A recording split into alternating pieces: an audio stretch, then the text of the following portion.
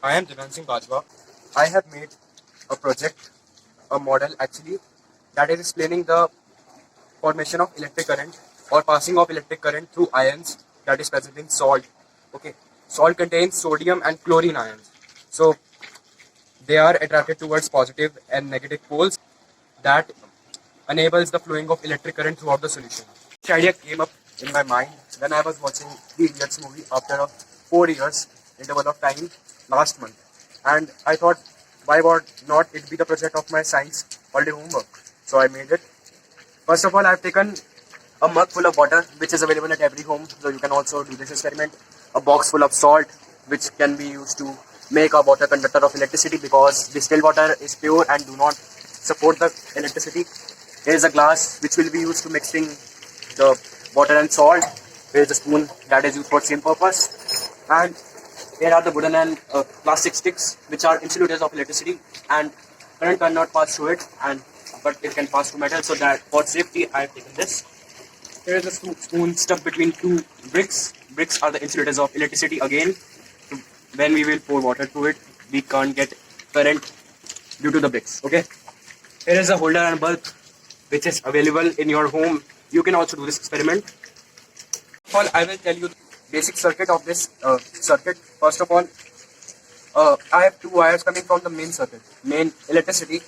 One is connected to the glass, this one glass with this wooden and plastic sticks, and other one is connected to the bulb. Okay, and the third wire, which is an additional wire, which it is connected to the spoon. Okay, then the salt gets mixed in water, it becomes conductive, and when this water is poured on the spoon, it gets conducted too. So circuit will be complete when water will be transferred. During the water transformation, the bulb will glow. When the water transformation is stopped, the bulb will stop getting glow. Okay. So first of all, you have to pour some water in the glass. I've taken the water in the mug. You can take anywhere. Okay.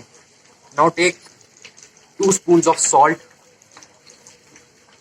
Full spoons of salt. Mix the solution.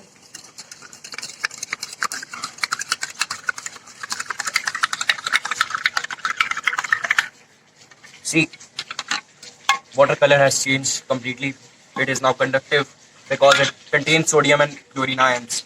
Now you have to pour the water in glass to the glass which is empty with the wooden sticks. Pour it completely. The water is transferred completely.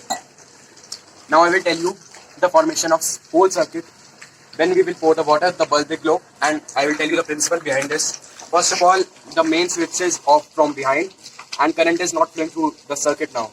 But when I will turn the switch on, current will be flowing through the circuit, so make sure that. See, now circuit is complete and current is flowing throughout the solution, throughout the whole circuit. Now I will pour the water to the spoon. Actually, see, it is working or not. See,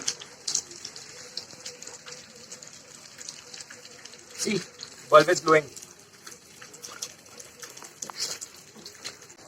We have done the experiment. Our experiment was successful. Now I will tell you the principle behind this. What is the principle behind the happening of all this? First of all, salt is made up of sodium and chlorine. NaCl is the formula of salt.